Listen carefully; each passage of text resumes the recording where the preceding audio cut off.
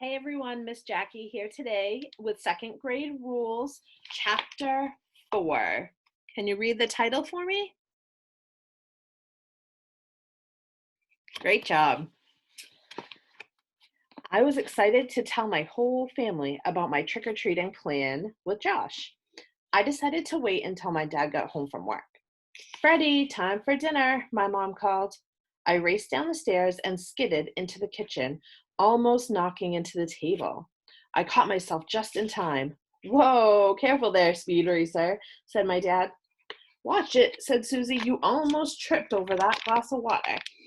I already had to change my clothes once today because of you. This speediness is a little different than your snail's pace, said my mom. I'm glad to see you more excited. Oh, I am excited, I said.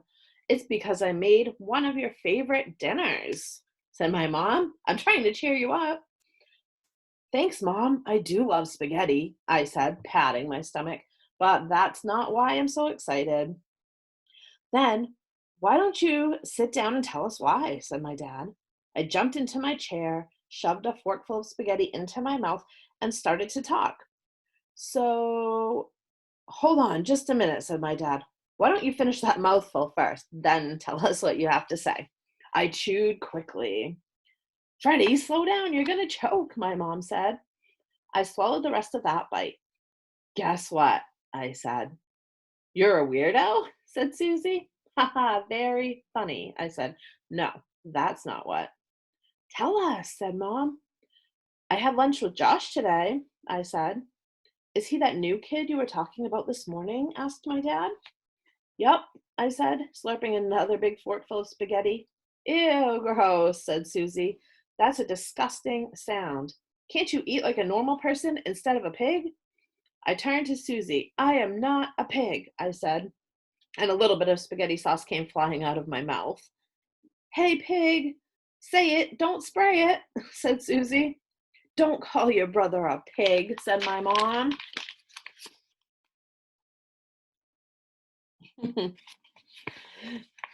Well, he sure eats like one, said Susie. You're right that he has to work on his table manners, but I don't like you calling each other names. Freddie, no more talking with your mouth full. Yes, Mom, I said. You can finish your story when you're done chewing. Did you find out where Josh is from? Asked my dad. I nodded. You won't believe it, I said. He moved here all the way from California. California, said my mom. That's a big move. Does he like it here? Asked my dad. I guess so, I said, but he really misses the beach. Did he live near the beach in California? Susie asked.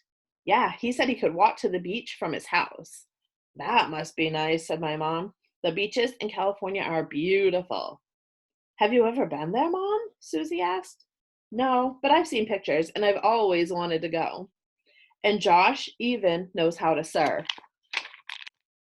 He does, said my dad. That's not easy to do. Really? Said Susie. That's pretty cool. I know, I said. I think it's super cool. He said his dad would take him almost every weekend. I'm so glad you asked him to eat lunch with you, said my mom. That was a kind thing to do. He seems like a really nice boy. He is, I said. And he was probably feeling a little lonely at this new school, said my dad. Maybe missing his friends from California. Guess what else? I asked everyone. You're a dork, said Susie. I glared at her, then turned back to my parents. I invited him to go trick or treating with Robbie and me. Really, said my mom. I bet that made him happy. What's he going as? Asked my dad. I laughed. A surfer. He's just going to wear his regular clothes and carry a small cardboard surfboard. I like that idea, said my mom. That's a pretty easy costume. Why don't you do something easy like that sometime, said Susie, instead of making Mom spend hours and hours making you a costume. Mom makes the best costumes ever, I said. And besides, the Halloween store never has any shark costumes. You know, you don't have to be a shark every year, said Susie. Yes, I do, I said. You could be something else, like a zombie or Frankenstein, she insisted. They have those costumes at the Halloween store. But sharks are my favorite thing in the whole wide world. I know, said Susie. Everybody knows. It's hard to miss. You have shark shirts and shark sheets and shark pajamas and a lucky shark's tooth. And I don't mind making Freddie's costumes. I like to sew, said my mom. It's kind of fun designing a new costume every year.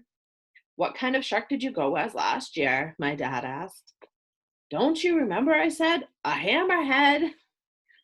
Oh, right, said my dad. How could I forget? It took your mother a long time to get just the head the way you wanted it. Is my costume for this year almost done, Mom? I still need to do a little more work on it, said my mom. Maybe after I clean up the dinner dishes, you could try it on, Freddie, and I can measure it some more. Sure, I said. It's going to be so cool. And Josh is going to make it even cooler. Josh, said Susie. What does he have to do with it? Robbie had a great idea today at lunch. He said that Josh and I are going trick or treating together.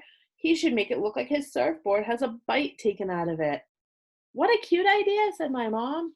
Very clever, said my dad. Robbie said that great whites don't mean to eat surfers. It's just that when people lie on their surfboards, they look like the seals that the great whites eat. That sounds like something Robbie, the science genius, would say, said Susie. Yes, it does, my dad said with a laugh. Yes, it does. I sprang out of my chair. Trick-or-treating is going to be so much fun this year, I said, jumping around. I can't wait. Well, you're going to have to wait a little longer, said my mom. Why don't you swim on upstairs, Mr. Great White, and take a shower? Your mouth is covered in spaghetti. I think you might even have some in your hair. I pretended to swim out of the kitchen and up the stairs.